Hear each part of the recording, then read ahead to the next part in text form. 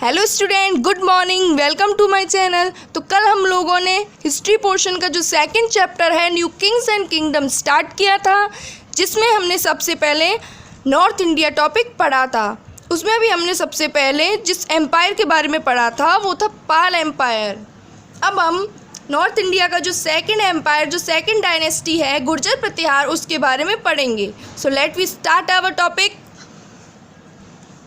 The Gurjar Pratihars occupied a very high place among the Rajput rulers।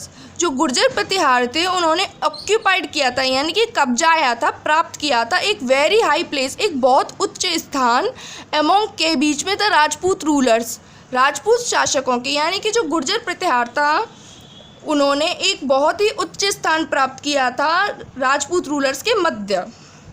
They ruled in Avanti and some part of Rajasthan. यहाँ पे जो दे word है वो use हुआ है गुर्जर और प्रतिहार्स के लिए। इन लोगों ने रूल किया था, यानी कि शासन किया था अवंती और राजस्थान के कुछ हिस्सों पर। In course of time they had become so powerful. समय के साथ साथ जो हमारे गुर्जर प्रतिहार हैं वो लोग बहुत पावरफुल होते गए। That they defeated the Arabs, यहाँ तक कि उन्होंने अरब जो हैं उनको भी डिफिटेड यानी कि हरा दिया। And checked their advance into the heart of India. और जो भारत का हृदय है, जो भारत का हृदय है उसमें जो गुर्जर प्रतिहार है उन्होंने अपने लिए उन्नति को जांचा। The most powerful ruler of the dynasty was Bhoj first and his son. जो सबसे पावरफुल यानी कि शक्तिशाली जो राजा था गुर्जर प्रतिहार डायनेस्टी का वो था भोज फर्स्ट और उसका पुत्र Mahendrapal. Both father and son created a vast empire in northern India with Kannauj famous city as their capital. दोनों, बोथ का मतलब होता है दोनों पिता और पुत्र ने क्रिएटेड निर्माण किया, बनाया अ वास्ट, वास्ट मतलब होता है विशाल, एम्पायर साम्राज्य in northern India with Kannauj a famous city as their capital. दोनों पिता और पुत्र ने बनाया एक विशाल साम्राज्य नॉर्थन इंडिया में और वहाँ पे जो फेमस सिटी थी कन्नौज उसको अपना कैपिटल बनाया।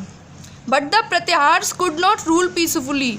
पर जो प्रतिहार थे वो पीसफुली यानी कि शांतिपूर्वक रूल नहीं कर पाए। They had to fight with Rashtrakutas of northern Deccan and the Palas of Bengal who also wanted to capture Kannauj.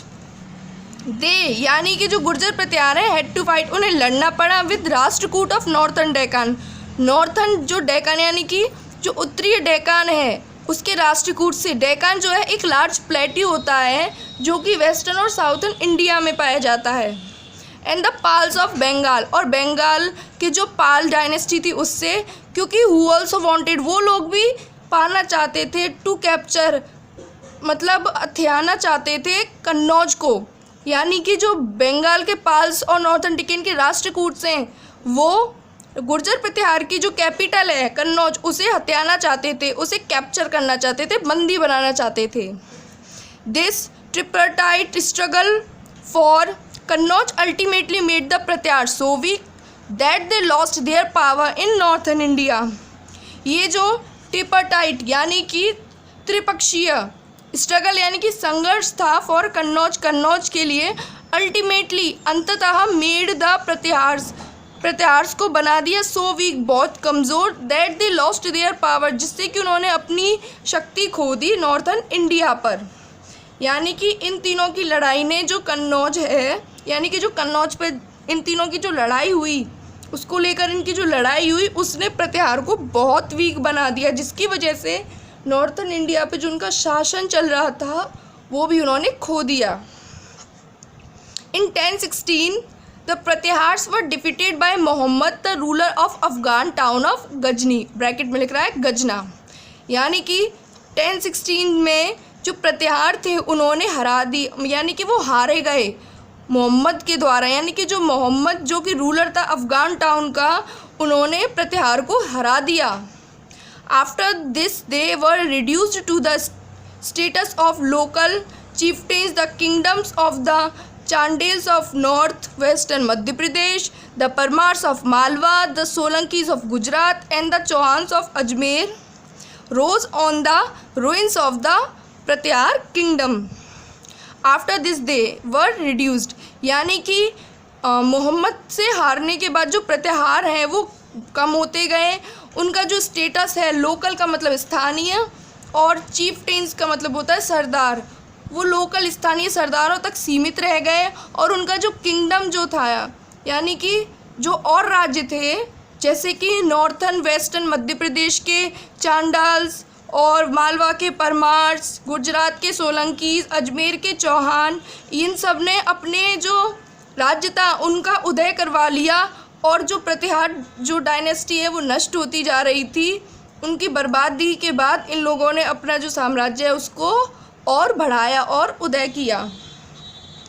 Other great rulers of this dynasty were Krishna first, Govind third and Indira third. और जो दूसरे महान जो शासक रहे हैं गुर्जर प्रतिहार डायनेस्टी के, वो थे कृष्ण फर्स्ट, गोविंद थर्ड और Indira third. These rulers fought many successful battles against the Pratihars and the Pals in the north and western Chalukya, the Pallavas and the Chols in the south। ये जो रूलर्स हैं, जो हमारे Krishna first, Govind third और Indira third, इन्होंने बहुत सारी successful लड़ाइयाँ लड़ी, बैटल्स मतलब लड़ाइयाँ लड़ी अगेंस्ट के खिलाफ द प्रतिहार्स। मतलब इन जो हमारे ये जो रूलर्स हैं, इन्होंने जो नॉर्थ के पाल्स हैं और वेस्ट के चालुक्य हैं और जो साउथ के पल्लव और चोल्स हैं, उन सब के खिलाफ एक सक्सेसफुल लड़ाइयाँ लड़ी। दे एस्टैब्लिश्ड देयर कैपिटल एट मन्याखेत, और इन्होंने अपनी जो कैपिटल है वो बनाई मन्याखेत को। The continuous war of the Rashtrakutas both in the north and south weakened them considerably, यानी कि जो लगातार जो युद्ध हो रहे थे राष्ट्रकूट्स के द्वारा नॉर्थ और साउथ दोनों में, वो जो गुर्जर प्रतिहार हैं उनको बहुत ही कमज़ोर बना रहे थे। बहुत ही उनका जो साम्राज्य था वो कमज़ोर होता जा रहा था। They were finally overthrown in the 10th century by the Chalukya of Kalyani, also called the Western Chalukya।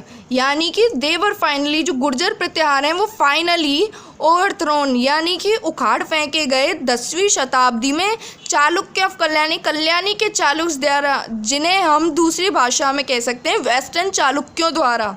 The Rashtrakuta rulers were pattern of art, architecture and literature. जो राष्ट्रकूट के जो रूलर्स थे वो पैट्रन थे, यानी कि संरक्षक थे आर्ट के, यानी कि कला के, आर्किटेक्चर यानी वास्तुकला के, और लिटरेचर यानी कि जो हमारा पुरातत्वीय, जो हमारे पुरातत्वीय कार्य होते हैं उन सब के।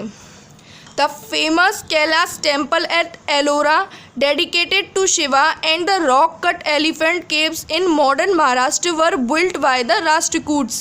जो हमारा फेमस कैलाश टेम्पल है जो हमारा एलोरा में स्थित है वो डेडिकेट है, यानी कि समर्पित है भगवान शिव के लिए।